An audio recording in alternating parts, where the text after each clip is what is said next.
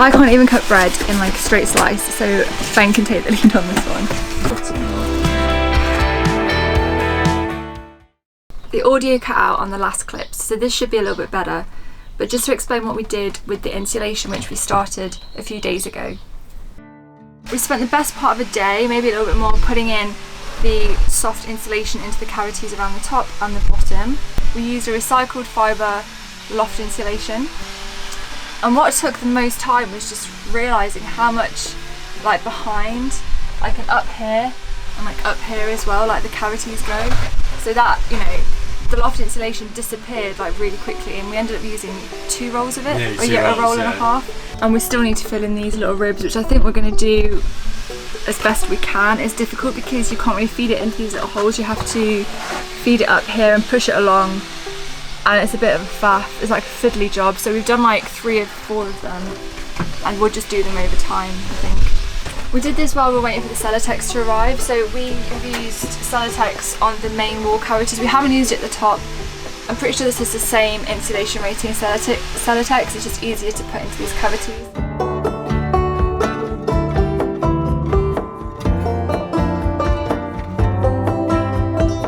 So in a Sprinter van, the cavities here at the front of the van are deeper than the cavities at the back.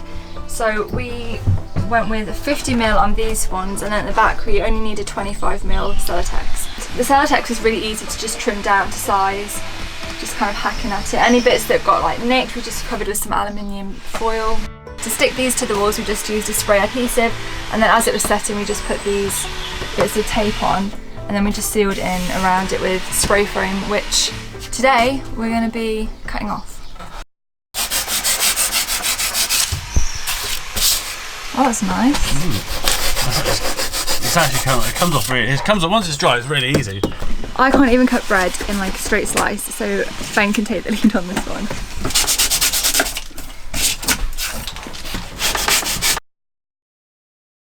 Okay, so we spent the best part of yesterday trying to figure out how to batten out this wall before we put the Reflectix on and finish off the insulation. It was a bit of a head scratcher. We've got these like top panels kind of curve in a little bit, and we've got the frame around the window to do, so it definitely took us, well, it took us all day to do it yesterday. Battens we used are 2x1, and we fixed them in using some self-tapping screws, which turned out to be a bit of a nightmare because they started splitting the wood in places. We had to kind of sacrifice a couple of battens. But I think what worked was drilling a pilot hole first, and then putting them in, and that seemed to kind of make it a lot easier, but we kind of figured that out quite late on.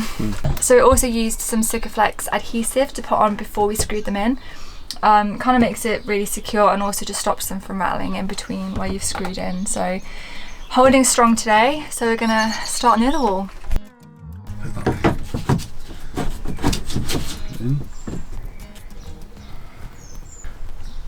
So this is that Sikaflex EBT, is it EBT? Yeah, EBT Plus, adhesive, sealant and filler.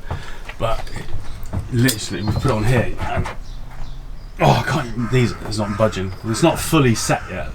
Still a bit tacky. We read that some people don't actually screw these on, they just use this adhesive, and it seems to do the job for some people, but we just want it to be like doubly sure.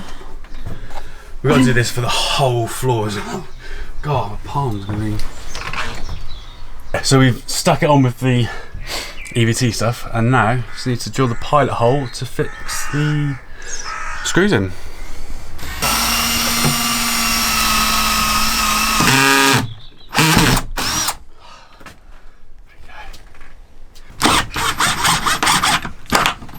Well, what took us, 45 minutes yesterday to put this one up? Yeah? Yeah. It took us 10 minutes to put this up. Yeah. 10 now minutes. we know what we're doing.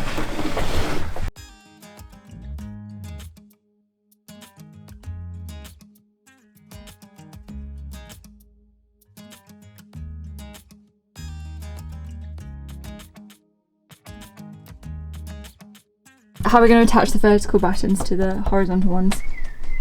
So to attach the vertical battens to these, we're going to do what we've done here. We bought a pocket jig. I've never used one before, never seen one before.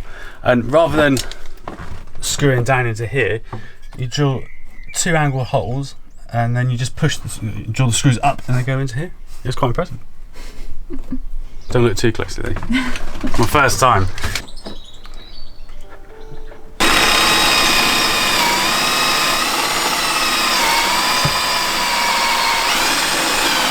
Cool. There you go. So that gives you that.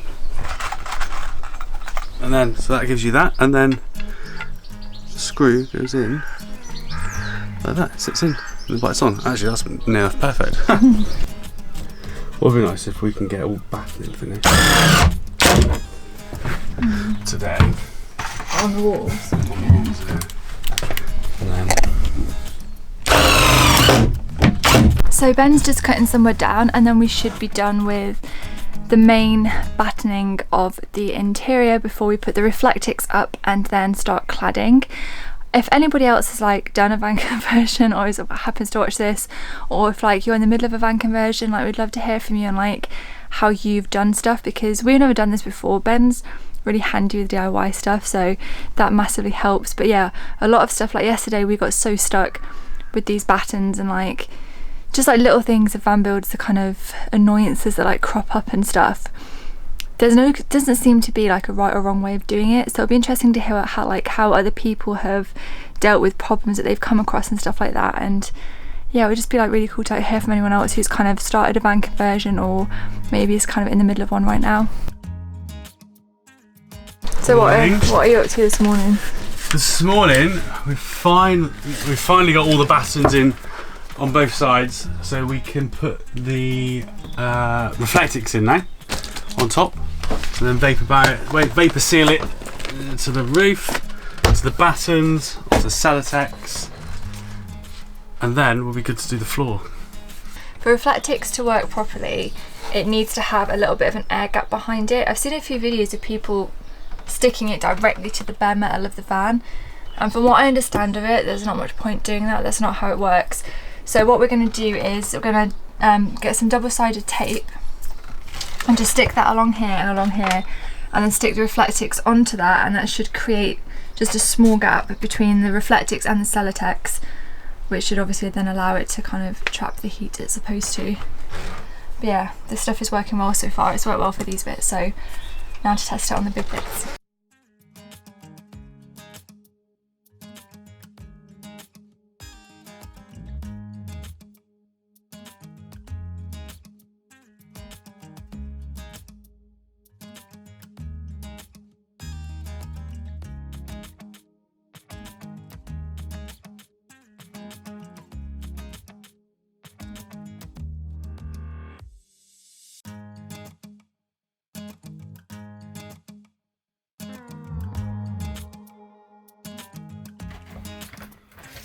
Coming along nicely, hasn't it?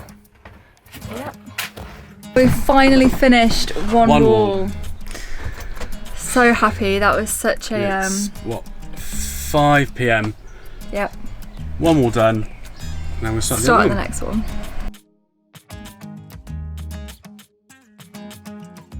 Okay, so now the Reflectix is done. I think we're going to call it a day on the wall insulation. We've still got the ceiling to do, we've still got the floor to do. We're going to carpet up here next, but we're going to save that for another video. We're going to be filming like the entirety of this van conversion. We're not experts, we haven't really done this before, so this is like our first time doing the van. So yeah, please be kind to us. But yeah, we shall see you in the next video. Bye.